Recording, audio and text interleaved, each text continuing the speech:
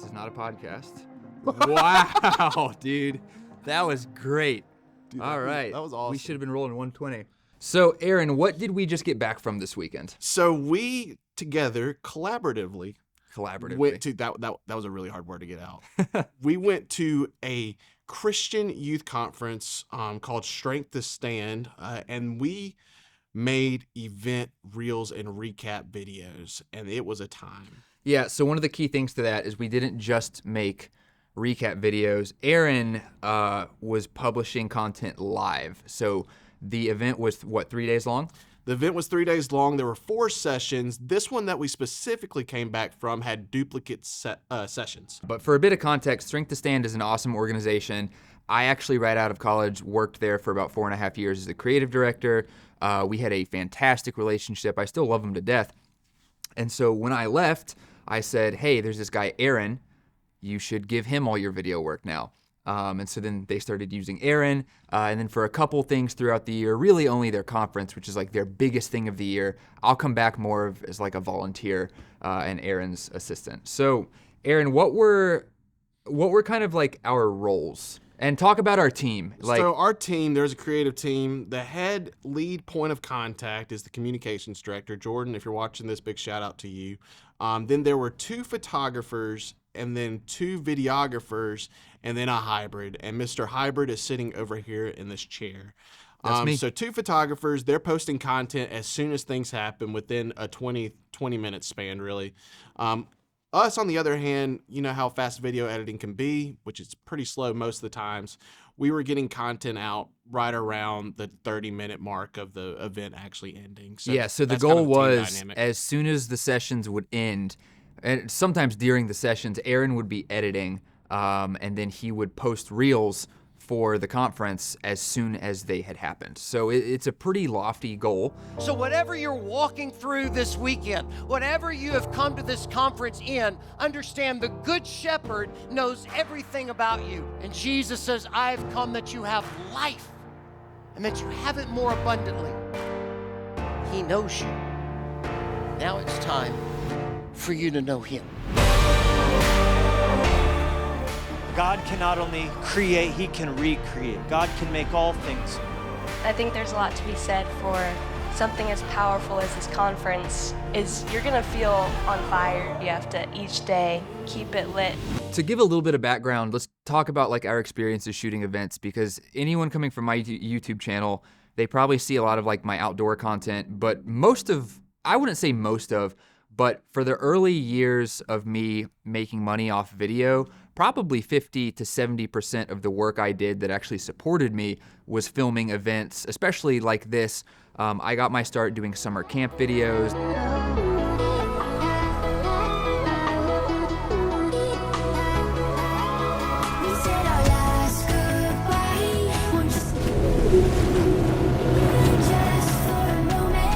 And so working at Strength to Stand, my entire job was, creative direction. So I helped brand these events from the beginning, like 6 to 7 to 8 months out. We would come up with the themes, we'd vote on things, we'd tie all the color schemes together, like come up with all the branding, and then create promotional videos. And I'm back again. And I'm back again. And then once we're on site, it's, hey, we need to shoot everything. So, my job for a long bit of my career was just doing this, was filming concerts, and just all the things that go into that. Tour. Yes. Tour. After we're done here, I don't know, 68, 9.5. The first.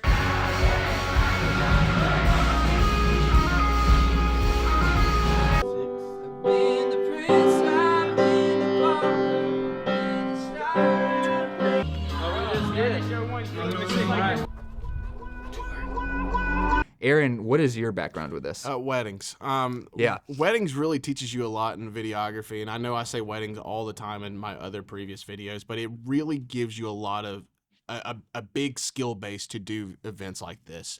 Aaron's gonna focus a little bit more from the editing perspective in this video. So Aaron, what makes you so good at putting out these videos so fast.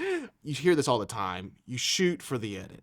And so when you shoot for the edit, there's 3 major key components for an edited video. There's your wide shot, where it establishes the entire scene. There's your medium shots, which kind of shows a little bit more detail of those wide establishments. And then there's your details, your close-ups, and that shows the emotion without the event. In order to get all of that footage together, I use what's called a pancake timeline method. And there's 2 timelines. Your top one is your selected videos. So you go through, you drag all of your videos down on your timeline, and you're quickly scrubbing through every single clip, because I'm a firm believer, and I know we disagree on this. I want to see every single piece of footage that I have, because I want the best video possible in the little time as possible. I don't disagree on that. I want to see literally everything before I publish something. So on my top timeline, I'm trimming up 3-second clips of everything that we have of what I know would make a good clip. That's literally motion. So if you see someone raise their hand, or you see somebody like playing guitar really aggressively, or you see a kid worshiping with their hands up, I know that's a chance that that's going to be in the video. So you're looking for those moments, and then that's how you make a fast video. And plus, I think a big part of that is preparation.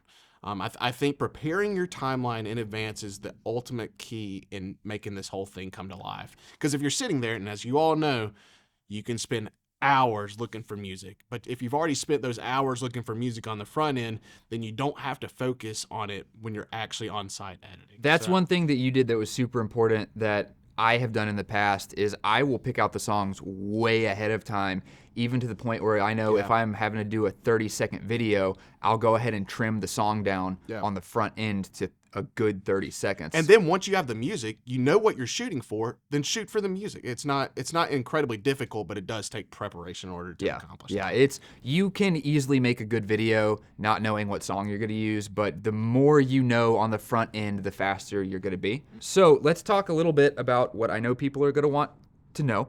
What were our kits? What were we shooting on?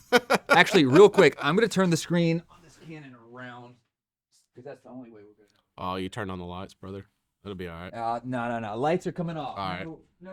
So Harrison and I took an endeavor in 2023. We decided to get red Komodos. Why? No one really knows. Well, no. We do know. We just wanted reds. You know, that's always a filmmaker dream. When we were both little and getting into video, and I'm shooting on my little Canon 60D or my Nikon D3100, you see like Corridor Digital shoot on their red Scarlet, and you're like, wow, I'll never be able to have that. And then just through fortunate circumstances and like years and years and years of hard work, we ended up both buying red Komodos in the last year, which I'm going to be honest, has caused us a lot of trouble. And a lot of money. A lot of money. Because you don't just buy the red. No, you don't just spend $5,000 or $6,000 and get the red. And we both got ours used. It's a whole ecosystem, even the storage, everything.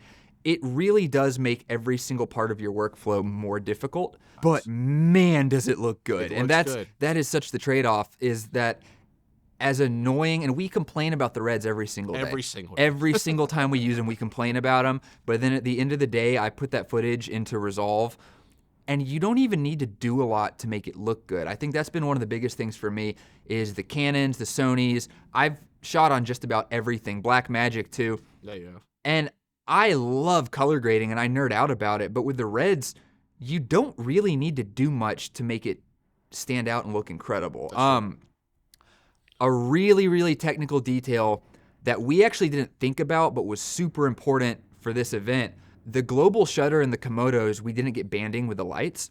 So all these events that I've shot before, I have never had a global shutter camera. So you had to be really, really, really particular about what your shutter speed or shutter angle was when you're filming, because concert lighting, you can get these horrible banding artifacts.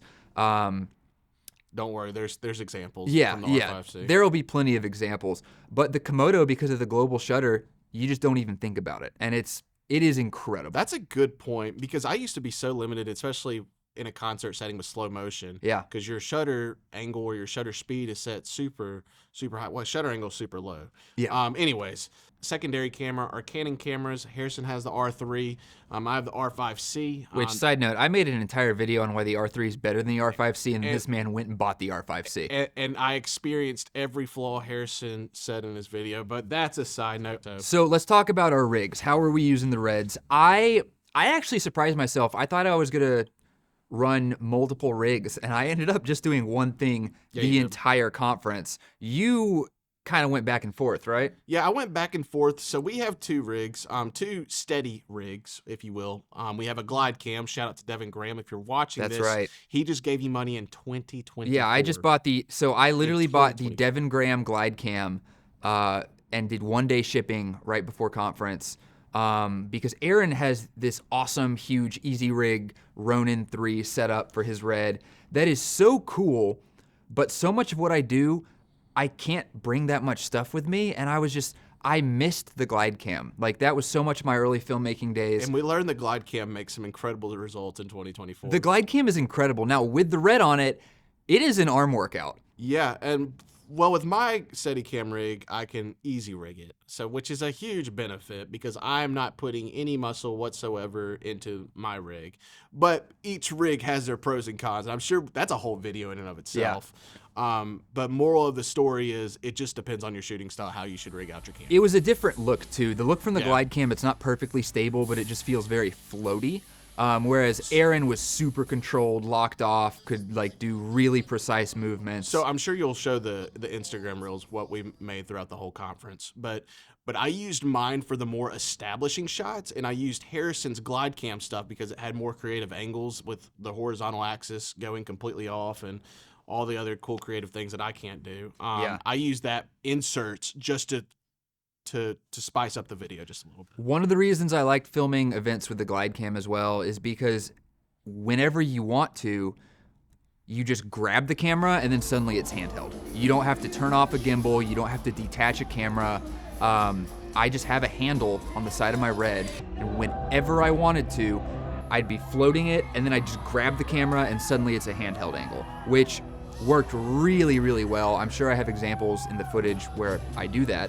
But then same thing, you can transition just straight from handheld, just grab the handle and suddenly you're floating again. So for an event, it just gave me the most variety of the types of shots I could give or that I could get with the smallest and most mobile package. I fell back in love with the glide cam. I think I made the perfect event setup.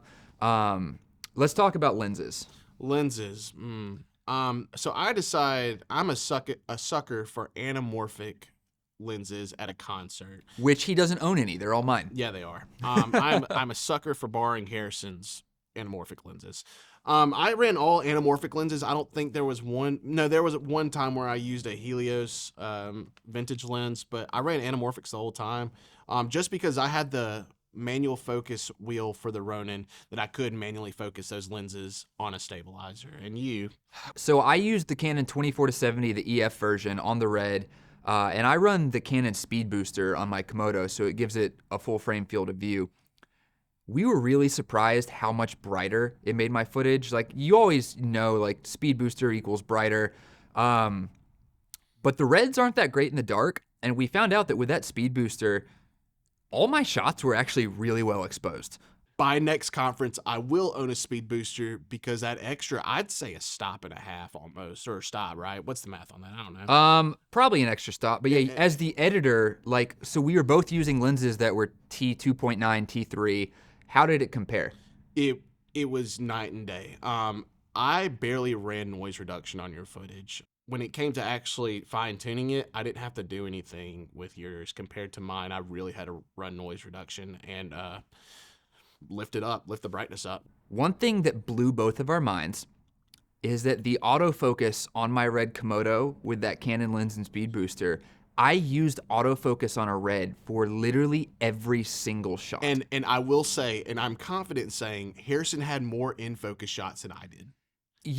And that's never in a million years would I think I could rely on the Red Komodo autofocus. And it's only single point. There's no tracking or anything. But most of the time, what I would be filming was in the middle of the screen. Every now and then, I would move the point to like one of the thirds to just do rule of thirds. Every single shot you're going to see on screen from my red Komodo is using the Komodo's autofocus. It worked literally flawlessly. Okay, what are little things we brought that made our life easier? Cart. Cart. Lava cart. If you're watching this and we're going to tag you somehow in some way, I'm going to send you the video. So real quick, I'm going to go through all the little things. All right, so cool. Aaron likes the cart, love the trust me. cart. We've just learned there's things that make your life better. So a cart for your equipment. Aaron's going to talk more on that later. Yeah, I am. Gaff tape. There's just never Gaff a tape. reason Totally you agree. won't need gaff tape. I taped a GoPro to my red to get some of the behind the scenes footage. Just all these other things for gaff tape. Extension cords, power outlets, or not power outlets, but just power strips. Because you don't know what the situation is going to be where you're going to plug up and edit, and you need to charge all your stuff. So just bring power cords, bring extension cables. Lights. That was something Aaron brought and I brought. Mine I don't really have B-roll of. But where we were set up was backstage, and they have to keep backstage very dark for obvious reasons, and we need light to be able to see what we're doing, to be able to offload our cards, charge our cameras, things like that. So the light was hooked up on Aaron's cart, which, again, he will talk about. And so that just helped out a lot. Also, water bottles. That's not something that we brought. It was provided on site. I've just learned, like, stay hydrated at these events. You're working a lot. As creatives, we tend to mega dose on caffeine. Just drink water. If I've learned nothing doing this 13 times, you'll just feel better if you drink water. Then the last thing that just made life easier, SSDs. I've done these events before where I try and edit off a big hard drive because Don't do that's that. cheaper storage. You're going to hate your life. Just get an SSD, work it into your contract to have the event pay for the SSD, but please, God, edit off an SSD and don't edit off a hard drive. And not just edit off an SSD. I think another key point is having duplicate memory cards, or just like memory cards where you can rotate. So if one's offloading, you can easily put another one back in. I think that's one thing that a lot of people kind of overlook, because of course everybody's going to have 100 SD cards, but when you're working with cinema cameras and you're working with CFast cards, I specifically bought another CFast card so I could rotate whenever I'm offloading. Yeah, so we each had 2 cards for all our cameras, and we would go out and shoot, and then I would just immediately eject that card, give it to Aaron, put my other card in, go back out and film, and then by the time I got done, because he's using an SSD, everything is already offloaded, and then I can just take that card, and we would just rinse and repeat the entire time. Okay. All right, the time has come. All right. Aaron, tell me about your cart. Let me tell you about the cart.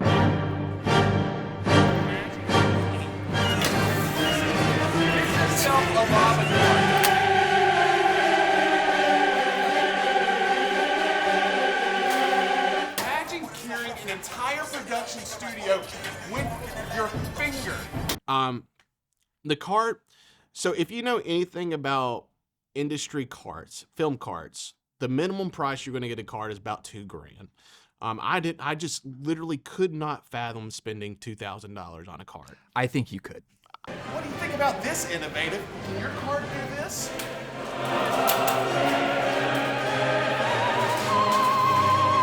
What's the top speed of the cart? We don't measure it by miles per hour.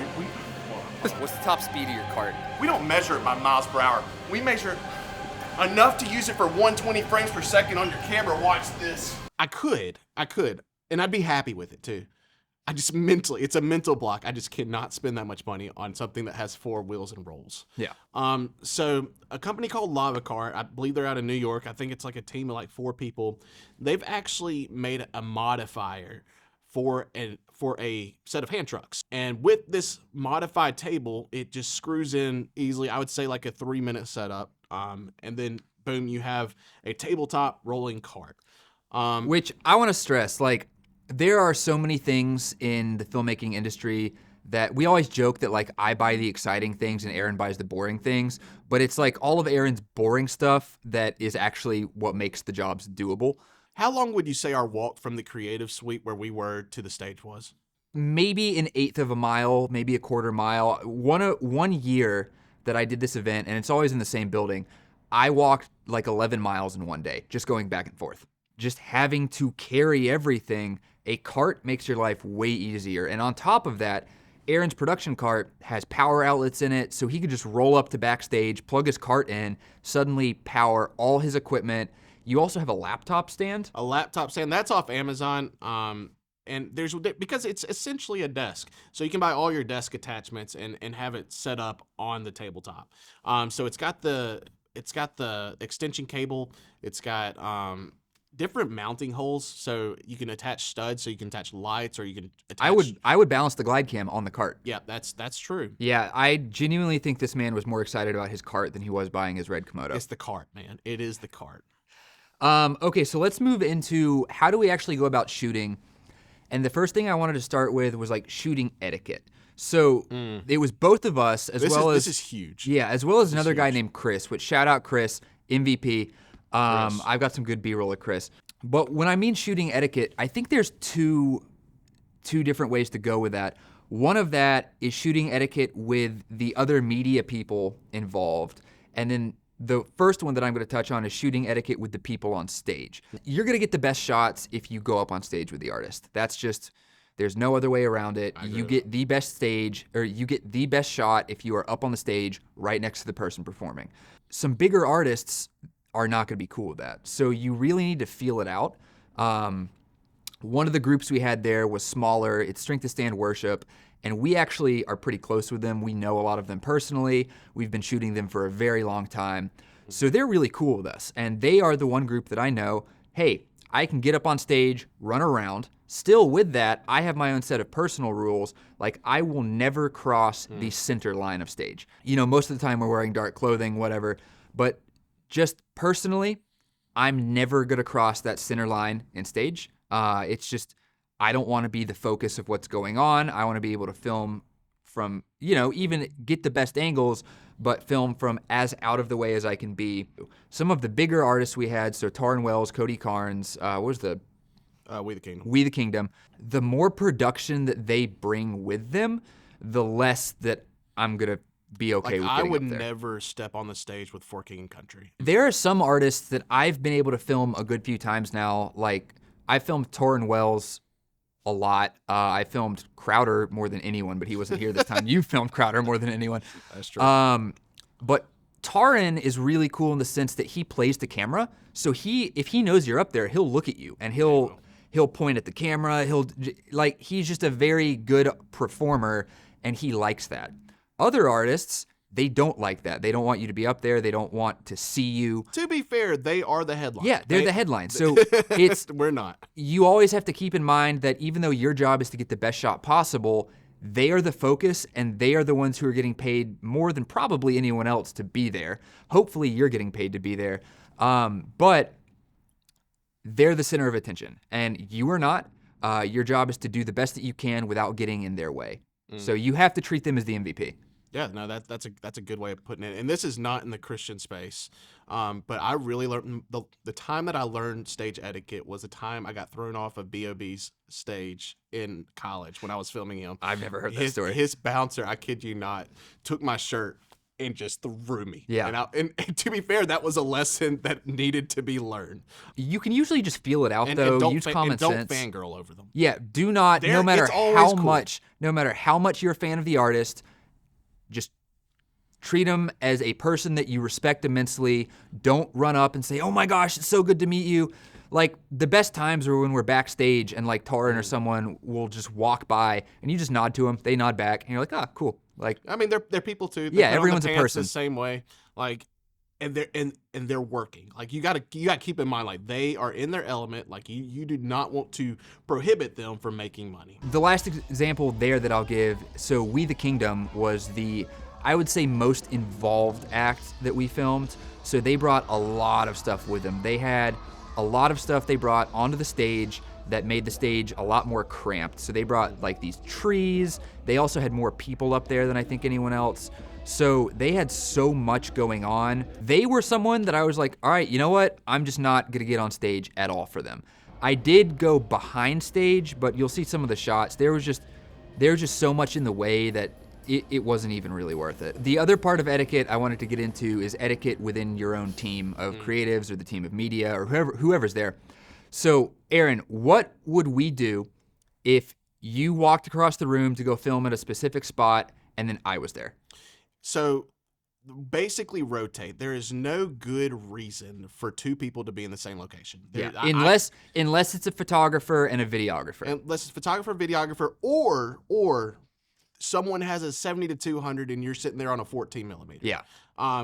Because obviously those are two different shots. But if you know that your partner has the same focal length or a very similar focal length, then rotate, because there's no reason for two of y'all to be there. There's no chance that y'all are getting completely different shots. When I'm shooting, the thing that I'm looking for is motion. So Aaron had already touched on this earlier, but like someone's hand going up, someone playing the guitar, like rocking back and forth on stage, the crowd going crazy.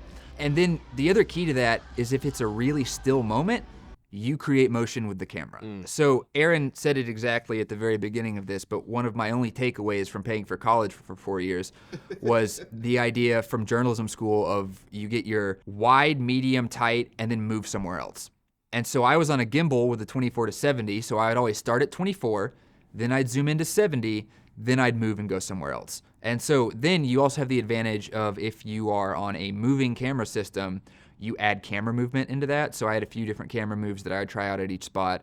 Aaron probably got sick of seeing the same repetitive thing. One thing that is hugely important that is really, really easy to overlook, even with us doing this a long time, film the crowd. Like film the crowd a lot. And actually crowd shots, I believe, make your edit. Yeah. People want, like your client wants to see that there's people in the room. A lot of people in the room, people having fun in the room, and they are genuinely invested in what's happening. Like make sure to turn the camera around and get faces. Like this event we were doing was a lot of like high school kids, so you point the camera at them and it would be a pretty mixed bag, like a lot of shots. People would see the camera and they just kind of shut down and sit. And then the exact opposite. Yeah, and then the exact opposite. Sometimes you point the camera at them and they go wild. Like they go hearing loss wild. So, like, film the crowd as much as you film the artist, because while the artist is exciting, like, as cool as the artist might be, you need to sell that there's actually people in the room. Talk a little bit from your perspective about same-day delivery. Why is that a big deal? Why is that stressful? Just what comes with same-day? Because a lot of these that I would do, we didn't have to make a video until later. It's a very recent thing, like social media being as big as it is. Like same day delivery, you'll be able to charge extra for that. And like that's gonna be huge if you can offer that. But don't think you can do it if it's just you by yourself. The value of same-day deliveries, especially for your client, the event that you're filming will never be more relevant than the time the event is actually occurring. So why is same-day delivery so valuable? It's because they're engaging their current audience there. They're already following them on social media. So they can see themselves, they can see what has happened, and it's so easily shareable at the moment of time. Hey, look where I'm at right now. And they share that on their story, and it's instant feedback from what you're giving the client, but also giving a promo for the next year's event. Let's describe a little bit the environment of shooting an event. So we were located backstage. We had a table set up, which was awesome because we'd roll the cart out to the tables, set up all of our equipment, and as soon as we got done shooting on the front of the stage, we would just bring all of our memory cards backstage, offload, edit, do all that. But so moving from backstage, you have side stage, which is where just the tech director? Tech director, monitor world. Yeah, so you've got tech director, monitor world. There are cameras on risers, like big production TV studio cameras that are doing the IMAG, the image magnification. So that's what you see on the big LED screens. They control all that. They control graphics. That's all backstage, side of stage. Also, side of stage is kind of like loading area. So everyone who is about to get on stage, they are sitting there. They have a whole team who's wearing headsets who direct everything that happens on stage. That's on the stage. At the very back of the room, which is technically the front of the room, because if you walk in, it's the front, you have front of house. So what's front of house? Front of house is your sound, that's your lighting, that's pro presenter, whatever slides they're throwing up on the screen. It's usually where the producer's at, who's calling the shots. That's all your important people is at the front of the house. Yeah. So front of house is it's exactly that. So it's everything sound, lyrics, things like that. The people who are directing the show are from front of house, and then we had different camera stations set up all around the venue, which would be, I think they were using like Blackmagic Ursas and then lenses that probably cost as much as my house. It would take me a lot of events to pay for one of those lenses. I mean, there's so much more that goes into production. I mean, Yeah. you've got people color correcting the cameras live on the fly. Like, it's a world-class production. It's very good. Yeah, and really being out of the way of them is incredibly important because one, I can guarantee you that the IMAG people, the production people are getting paid way more than you. I can go ahead and say that. And if they're not, then they're undercharging by an immense amount of money. Yeah, never mess with production people. Nope. Don't tell even them, though, don't tell them how to do their job. You might think in a Don't- sense that you're like, hey, No. I have cameras, you do media, we're on the same team. And that's kind of true. Their job's way more important than yours. It doesn't matter how much True. you're getting paid for recap videos, for photos. If you miss a shot, that's okay. If they miss a shot, the production is screwed up. So Yep. literally just stay out of their way. Just stay out of their way. Stay out of Like, the way. It's that easy. Like they're getting paid at minimum 6 figures to put on this entire event. Without them, the event doesn't happen. That's true. Without you, people might not know it happened until a day later. All right, so what's one of your what are some of your favorite things about shooting events? I would, man, that's a difficult question. It is. My favorite part about shooting events, you have one shot. And then this comes from my wedding background. If you miss that shot, then you don't have that shot. There's no retakes on it. And that's what I love about events is that you get exactly what happens and then you have to make something out of it. And that is true creativity in and of itself. Man, I would say for me, it really is. It's just a different world when you get in the room with all the energy, like the hustle, like the going. It's a lot. Like, no joke, in 2 days, I got 6 hours of sleep, which for me, I'm really good at getting my sleep. So averaging 3 hours of sleep per night sucks. Oh, yeah. But it really, there's nothing like that environment where everybody in the room working is just trying their absolute hardest to put on this show. And you get to be a part of it. And that's just one of the coolest things in the world. So totally agree with that. being able to feed off the energy of the room, there's just this excitement to it. There's not a lot of other productions that we do. Like normally it's very slow and controlled and like, hey, let's do this take, do it again, do it again, do it again. But there's really just nothing like live music and events. It's an incredible world. Cool. Hope this offered any information at all. We both I don't like talking about myself, but like the two of us do have a lot of experience doing this, and it's how we support ourselves and now our families. And I wish somebody would have sat down with me in this capacity and told me how to do events when I first started, because all of this that I have, this knowledge that I've accumulated, I've had to learn through trial and error. Oh, yeah. And if I could have watched a podcast or a video like this, it would have made, I'm not going to call it a podcast because it won't be Not released. a podcast. It would have made a world of difference. Yeah. So that's the other thing too. If you ever find yourself at an event like this and there's somebody there that's, got a good few years on you and they've just been doing it a while, just talk to them. Ask them questions. It can be tricky to make it in this industry. And so if there's somebody in a position where you want to be in the future, just talk to them. talk to 'em. Most of us are nice. Not production people, but most of us are nice. So, yeah, I hope this has been anything of value. And subscribe. Yeah, subscribe because my next video will be in a year. Yep. Weekly videos.